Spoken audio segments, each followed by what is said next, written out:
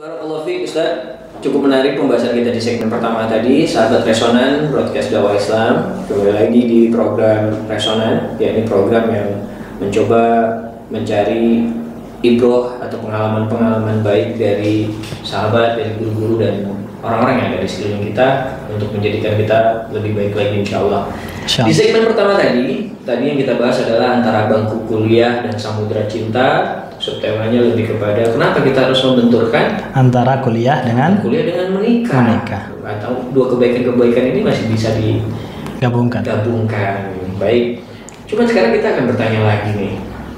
Untuk menikah, itu kan maksudnya kita sudah mengetahui calon pasangan kita.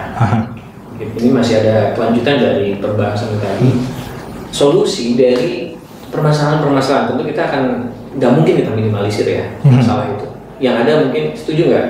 Masalah itu tidak bisa diminimalisir, tapi dihadapi dan dicarikan solusi. Betul. Karena masalah pasti akan ada. Pasti ada. Nah, bagaimana kita menyikapi ketika nanti akan ada permasalahan, terutama kalau sebuah pernikahan adalah perbedaan karakter. Belum saling mengenal. Itu biasanya alasan para kaula muda yang memilih untuk pacaran ta'aruf ya. Nah, sekarang bahkan ada istilah ta'aruf Islami. Atau pacaran Islami. Ta'aruf. Jadi kalau ditanya, ini pacar saya, bukan ini ta'arufan saya. Ta'arufan tapi sampai 2 tahun 3 tahun kok nggak nikah ya. Kenapa? Anda sedang menggali karakter dia. Ta'aruf. Nah, yang akan kita bahas adalah bagaimana kita mengenal karakter calon pasangan kita. Padahal Islam ta'aruf itu cuma satu obrolan doang ya. Dan kita nggak akan tahu. Dan ini kan jadi masalah besar ketika kita mengarungi samudra cinta itu. Iya, masalahnya gini. Plus ditambah kita kuliah atau belajar lagi. Nah, ini jadi satu tantangan buat kaula muda saat ini. Sekarang yang kita hadapi dari pernikahan itu, kita pengen ibadah atau pengen lari dari masalah? Nyari nikmat. Nyari nikmat pasti. Ya oke. Masalahnya gini. Kita kan nikmat itu pasti ada ya. Bonus lah ya. Anggap itu bonus. Masalahnya kebanyakan orang yang melihat pernikahan itu adalah sumber masalah. Oh ya. Banyak orang melihat pernikahan itu adalah sumber masalah. Iya. Terbukti dari apa? Jalan-jalan dulu yang seneng mumpung masih bujang. Jajan yang banyak mumpung masih bujang. Seneng-seneng dulu nikmati bujangmu sebelum nikah. Itu kan secara nggak langsung penanaman mental bahwa pernikahan itu adalah masalah. Beban. Jadi kita menikah itu mau menghadapi masalah atau mau ibadah? Pertanyaan saya, apakah pernikahan itu sebuah beban buat Anda? Lebih ke ketika akhirnya Anda memilih bahwa pernikahan itu adalah ibadah, maka ujian itu pasti ada. Maka beban tadi sebagai ujian, dan ujian nggak bisa kita katakan beban. Karena masing-masing ketika kita sudah menjalani ujian, apapun itu, bagaimanapun kita mengambil sikap, itu adalah hal yang akan meningkatkan kita. Itu hal yang pasti dihadapi ya. Dan akan menguatkan kita dalam menguatkan kita. Nah, dasar karena Allah tadi ya, ibadah. Itu sudut pandangnya. Oke. Jadi ketika kita dihadapkan contoh ya, dalam hal masalah sepele saja, bangun tidur, istri sudah ngambek. Kita nggak kenal istri ngapain? Kita nggak kenal ini Harim siapa? Kok tiba-tiba bangun menuntut kita lebih, kemudian dia ngambek. Terus pokoknya hal-hal yang bikin kita mungkin ya langsung bad mood pagi hari lah ya istilahnya. Bahwasanya pernikahan itu penuh madu, kemanisan, keromantisan. Itu setiap hal yang kita rasakan nggak enak tadi, itu adalah pahala. Itu ibadah. Yang itu nggak akan dihadapi, nggak akan didapatkan oleh orang-orang yang masih bujang. Seneng-senengnya kita sedang ngobrol sama istri, kita bercumbu, kita saling merayu, kita bercanda, membahagiakan istri, dapat pahala. Kemudian istri membalas kita dengan suatu hal yang bikin kita bad mood, kepikiran, stres dan sebagainya, itu pahala. Itu pahala. Kenapa? Itu tanggung jawab kita sebagai suami, seorang muslim, membina rumah tangga yang memang sudah menjadi tuntutan keluarga, tuntutan seorang muslim. Dan itu semua pahala. Oke, apabila kita dihadapkan seperti itu, apalagi yang kita khawatirkan? Jadi kita nggak perlu khawatir, kita nggak tahu karakternya. Kita nggak tahu karakternya, buat apa? Maksudnya gini, apakah jaminan dengan setelah mengetahui karakter kita bisa mengikuti?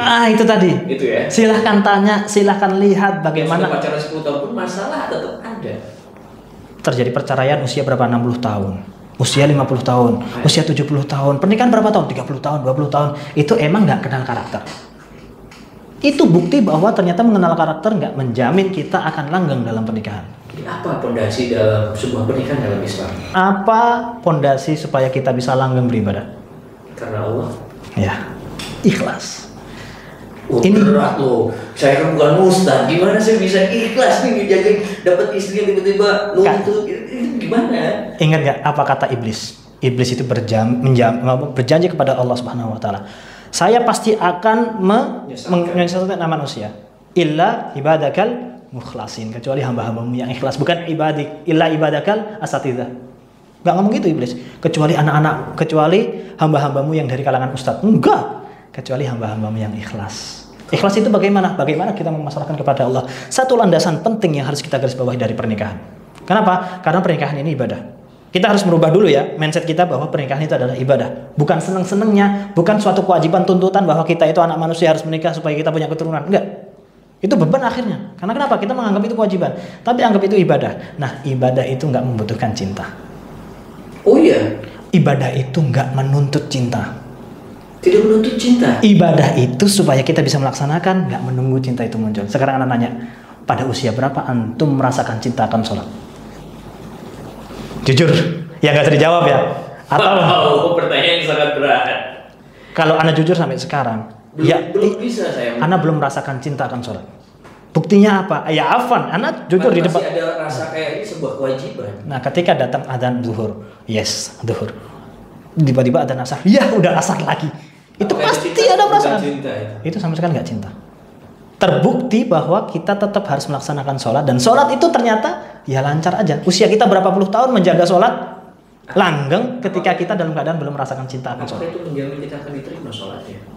Itu kembalinya kepada Allah Subhanahu Wa Taala. Ini pembahasan yang menarik yang kita bahas. Yang menjadi kewajiban kita itu bagaimana kita melaksanakan kewajiban tadi. Jadi dalam kewajiban, dalam ibadah kita sebenarnya nggak dituntut untuk melaksanakan cinta dulu. Demikian juga dengan ibadah menikah, tidak dituntut adanya cinta di awal. Terbukti orang yang menjamin keluarga, membangun keluarganya dengan cinta, banyak yang putus.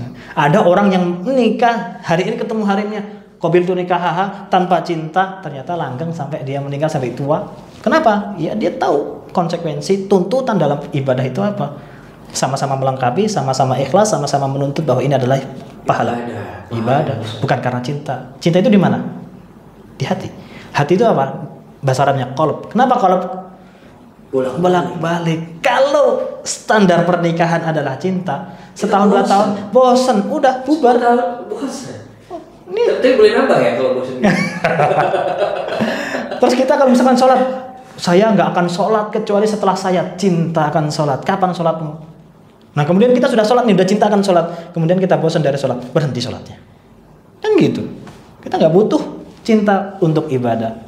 Tapi nanti insya Allah ketika kita dalam ibadah ikhlas akan Allah Subhanahu Wa Taala, Allah pasti akan memasukkan cinta itu. Yang pemilik cintanya siapa? Allah Subhanahu Wa Taala. Yang membolak-balikan hati kita siapa? Allah Subhanahu Wa Taala. Maka ada sunnah kita meminta kepada Allah Subhanahu Wa Taala, Allahumma ini as'aluka hubbak. Ya Allah, aku meminta kepadamu untuk aku bisa mampu mencintaimu. Cinta itu diminta. Kalau seandainya mencintai Allah yang itu adalah suatu keagungan, itu Allah akan memberikan, apalagi cuma sekadar cinta kepada anak manusia. Gak perlu ta'aruf kelamaan, ngentek-ngentek duit 2 tahun, bayari. Ujung-ujungnya Harim yang udah dideketi nikah sama orang lain. Itu kan sama aja kita jagain jodohnya orang. Jadi perlu kita highlight atau kita garis bawahi saat ini di luar sana banyak beredar atau anggapan-anggapan bahwasannya untuk menikah itu perlu cinta, menikah perlu mengenal karakter calon pasangannya. Terjawab sudah bahwasannya itu tidak menjamin kelancaran sebuah rumah tangga. Semuanya bisa kita pelajari ketika kita nanti sudah kita lakukan dan sesuai dengan syariat, tidak melanggar aturan-aturan yang dilakukan yang diberikan oleh Allah, maka insya Allah Allah akan berikan kemudahan di situ ya Ustaz ya. Betul, insya Allah. Jadi pertama tadi bagi para syabab, para sahabat muda yang ingin menikahlah sudah, ya begitu ya Ustaz ya. Menikahlah, tidak perlu memikirkan ketakutan terhadap saya nggak kenal karakter pasangan.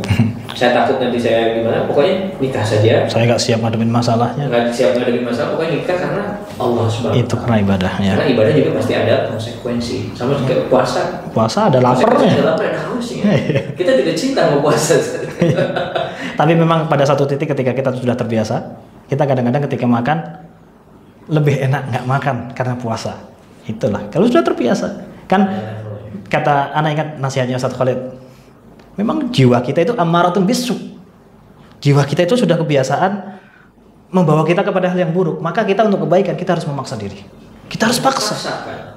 Dipaksa, terpaksa, terbiasa, menjadi bisa, menjadi ahlinya, dan menjadi cinta. Masya Allah. Boleh diulangi, ini mungkin bisa menjadi punchline-nya kita. Bisa diulangi sebuah quote dari Ustaz Hamidullah. Dipaksa. Untuk melakukan kebaikan, kita ini terbiasa untuk kepada keburukan-keburukan, malas dan segala macamnya. Dan untuk menuju kebaikan harus memaksa diri. Terpaksakan. Akhirnya bisa menjadi ahlinya, cinta. Sudah bisa. Berarti sekarang Anda sudah terpaksa menjalani permulaan cinta. Enggak, kalau Anda posisinya saat ini enggak. Anda sedang menikmati cinta, tapi terpaksa belajar. Terpaksa belajar ya. Dan terpaksa akan menghadapi ngambeknya istri nanti. Saat ini kan manis-manisnya nih. Iya. Sudah berapa bulan usia pernikahan? Boleh diceritakan sedikit baru. Bagaimana perjalanan mulai dari taruh, kemudian karena yang saya dengar Anda adalah mahasiswa di Fakultas Universitas Islam Madinah. Ya. Dan istri Anda adalah orang di Jawa, bukan orang Madinah. Bagaimana nih? Nggak mungkin ta'aruf ya, nggak mungkin ketemu. Ini menarik. Ya alhamdulillah ya, kalau dari pernikahan nggak bisa diambil banyak kisahnya ya, karena memang istri dan keluarga adalah tetangga. Jadi ya mau nggak mau kenal aja. Tetangga, teman bermain dari kecil. Nggak juga, kan lebih muda dari anak jauh. Lebih tepatnya mungkin. Anda kalau boleh tahu usia berapa sekarang? Usia anak 25, masih muda ya. Dan istri? Masih 18, baru 18 kemarin. Saya harus menyampaikan ini kepada para sahabat muda, ya, terutama lintas usia itu bukan masalah ya. Yang selama ini mengidolakan Ustaz Emma, alhamdulillah beliau sekarang sudah taken, sudah diambil. Jadi silahkan lapangkan dada Anda. Oke, boleh diceritakan dari 25 dan berapa tahun? 18 tahun. Ya. Masih sekolah istri? Masih sekolah. Ya alhamdulillah orang tua istri sudah mengenal. Iya, sudah mengenal bagaimana tuntutan seorang penuntut ilmu yang mana tanpa akhir tadi. Akhirnya ya udah, daripada nunggu lulus, nggak ada lulusnya kan, belajar kan, ya udah nikahkan aja. Toh ini bisa jauh dari fitnah kan. Oke, jadi Anda ada di Madinah sana, istri ada di Indonesia di kampung. Nggak hanya ta'arufnya yang online ya, bahkan akadnya juga online kemarin kan pakai Zoom. Bagaimana hukumnya? Boleh alhamdulillah. Nikah online. Ada fatwanya, bisa dicari fatwanya nanti ya gitu. Oke. Jadi nikah online itu benar-benar terjadi gara-gara pandemi juga nih. Iya, karena pandemi. Anaknya nggak bisa pulang ya. Dikenalkan oleh keluarga, orang tua. Yang menawarkan orang tua Anda. Orang tua, ibu. Ibu mengetahui si gadis ini, istri Anda. Ya tentunya ibu ya hanya sebatas mengenalkan saja kan, untuk pilihan apakah saya akan memilih ini kan kembalinya ke saya pribadi. Ditanyakan kepada Anda. Nah, ini ada seorang saya yang minta ini buat saya, boleh nggak? Ibu kenal, ibu boleh. Oke, bismillah, saya maju. Berarti Anda melakukan penelitian terhadap gadis ini. Iyalah, harus dong. Ta'aruf itu pokoknya ada secara sembunyi-sembunyi juga kan? Ya, kaidahnya kan anil mar'i la tasal wasal qarinu. Apa itu artinya? Tentang seseorang itu jangan nanya orangnya. Ya dia kan, kamu baik nggak? Dia mesti jawab bahkan, oh saya baik. Kalau pengen ta'aruf sama harim, sama perempuan, ya jangan dipacari harimnya, pacari orang tuanya, bapaknya yang mengenal karakter si anak, atau kenalin teman-temannya atau tetangganya. Soalnya kan almaru ala dini khalilihi. Lihat kualitas ini anak, ini harim dari teman-temannya. Lihat. Teman-temannya itu pasti perempuan. Apakah kita diperbolehkan untuk bertanya kepada perempuan yang bukan mahram kita? Banyak cara ya, apalagi sekarang kan udah. Boleh dikasih tipsnya mungkin? Bisa tanya ke saudaranya laki-laki, atau kita punya saudari suruh tanya ke teman si harim. Jangan sampai si harim ini tahu, karena ini akan menyakiti hati kan apabila nggak jadi kan. Naudzubillah min dzalik. Istilah anak sekarang adalah cek background. Ya itu ya pinter-pinteran lah. Melakukan penyelidikan secara tertutup. Kalau orang dahulu aja bisa, apalagi anak sekarang. Kita bisa mengetahui. Ana masih ingat kisah yang Ana pegang itu kisahnya Syekh Muhammad bin Shalih Al Utsaimin. Anak gadisnya diminta oleh muridnya, Ana melamar anak antum Syekh. Si Syekh diam, oke, ditunggu. Kemudian nggak ada kabar sama sekali. Sampai sepekan, 2 pekan, 3 pekan, 4 pekan, sampai yang melamar tadi lupa kalau Syekhnya akan menjawab. Karena memang dua-duanya penuntut ilmu. Syekhnya memang seorang pengajar, Syekh kibar kan, kita siapa yang nggak kenal. Muridnya adalah senior juga, insya Allah kita juga kenal. Beliau sekarang yang termasuk kibar masyayikh di tempat Utsaimin, Yayasan Syekh Saleh Muhammad Syekh Saleh Al Utsaimin. Kemudian tiba-tiba sang Syekh tadi memanggil si anak. Gimana? Antum sudah siap nikah? Sudah Syekh, langsung dinikahkan ketika itu. Ternyata dalam rentan waktu yang sebulan, sekitar kurang lebih berpekan-pekan tadi, si Syekh Muhammad tadi mencari penyelidikan tentang ini laki-laki siapa? Bagaimana karakter dia tanpa diketahui si anak itu sendiri. Jadi Islam ini sangat indah ya dalam memperhatikan baper ya, memperhatikan perasaan, sisi tersinggungnya ya, sisi tersinggungnya manusia itu sedetail itu. Kenapa ya? Ini berkaitan tentang pernikahan, cinta dan cemburu ya.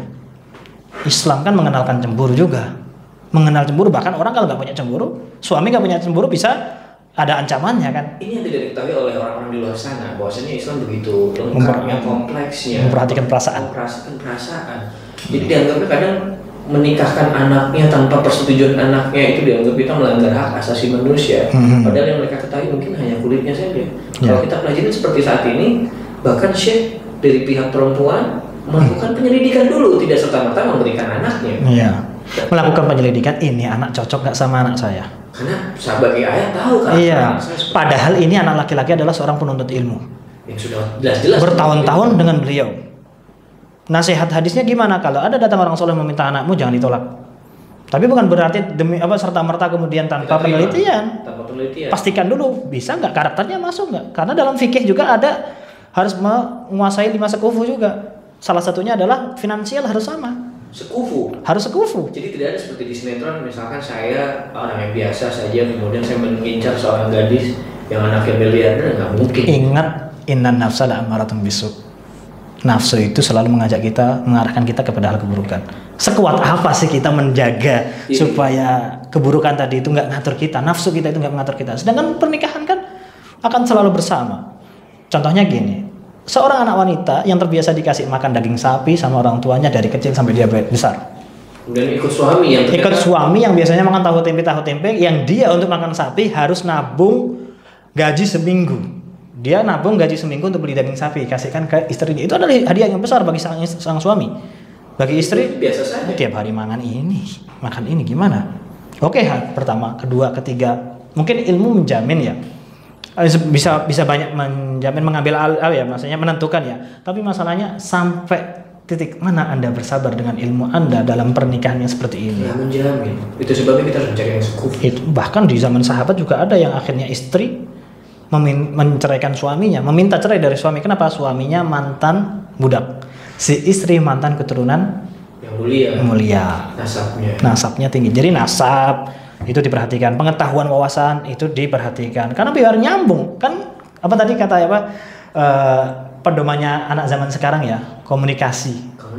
Ya, kalau nggak ada komunikasi kita nggak ada. Ya, suami istri harus komunikasi ya. Masalahnya komunikasinya nggak nyambung. Yang satu pengetahuannya ke sana, yang satu pengetahuannya ke sana, dan benar-benar berbeda. Itu sulit untuk komunikasi. Sulit nggak nyambung. Akhirnya bertambah banyak. Akhirnya harmonis keluarga itu hilang karena komunikasinya nggak nyambung. Jadi gaya pikir harus menyambung. Terus kekayaan harus nyambung. Nasab juga harus nyambung. Lalu ada pertanyaan, bagaimana kalau seperti misalnya kami yang sebelum mengenal Islam ini dengan lebih baik sesuai dengan tuntunan yang sudah kadung istilahnya nikah ini, apa yang harus kami lakukan terhadap? Udah pacaran lama nih? Dulu, bukan masalah pacaran ya.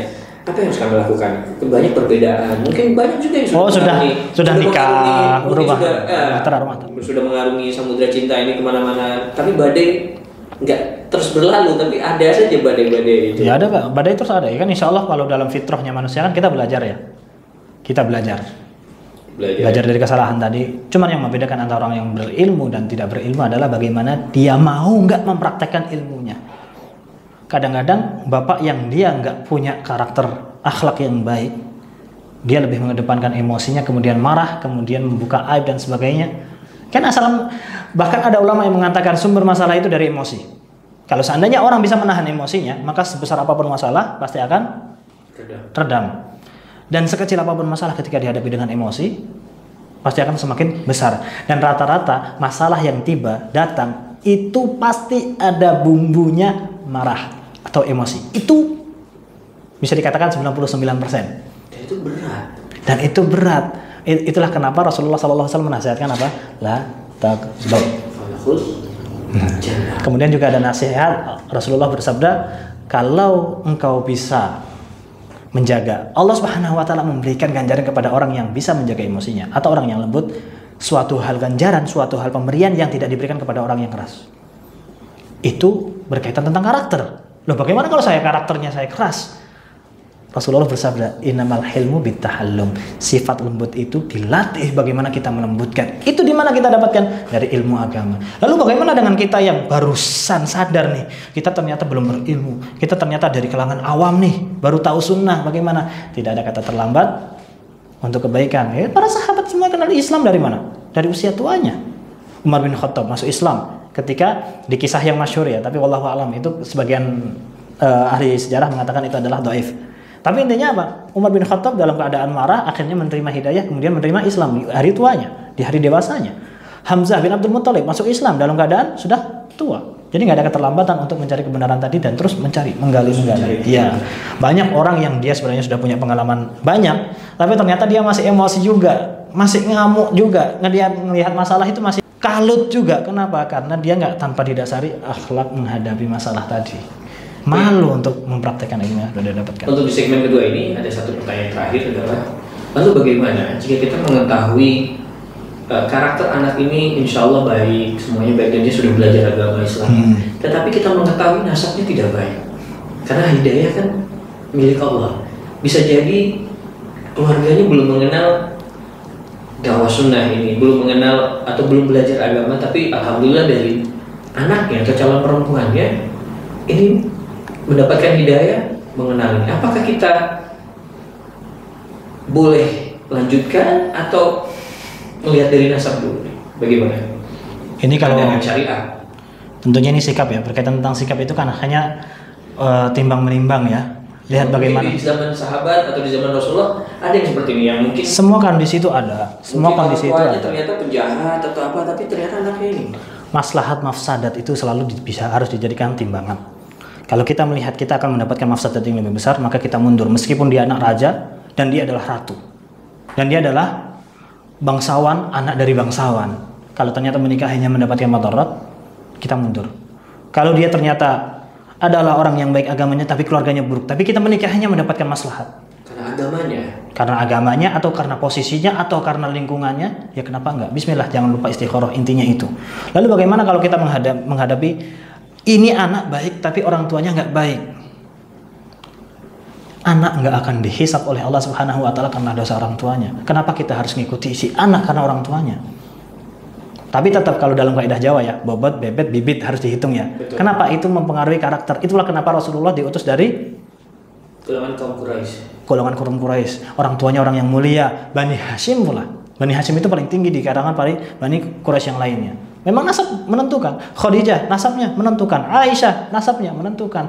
Tapi bukan berarti kemudian semua itu dihitung dari nasabnya. Karena ada juga sahabat Bilal yang memang dari budak. Budak orang tuanya nggak kenal. Dan mulia, dijamin masuk surga. Terus juga ternyata ada Kan'an, orang tuanya Nabi. Kan'an orang tuanya Nabi Nuh. Kan'annya diadab, kufur. Betapa banyak yang anak Nabi Ibrahim orang tuanya betul pemahat berhala ya.